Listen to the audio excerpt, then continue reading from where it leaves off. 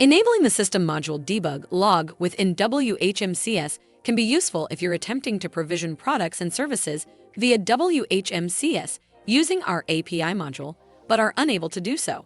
To enable the System Module Debug Log, you'll first need to log into your WHMCS install. After logging in, you'll need to hover over the wrench icon in the top right, and then click on System Logs. Once that page loads, you'll then need to click on the Module Log link on the left side of the page. On the next page, you just need to turn on module logging on the right-hand side. Going forward, WHMCS will log and display responses produced by our platform. We hope this has helped. If you have any further queries, please get in touch with our support team. We're always happy to help.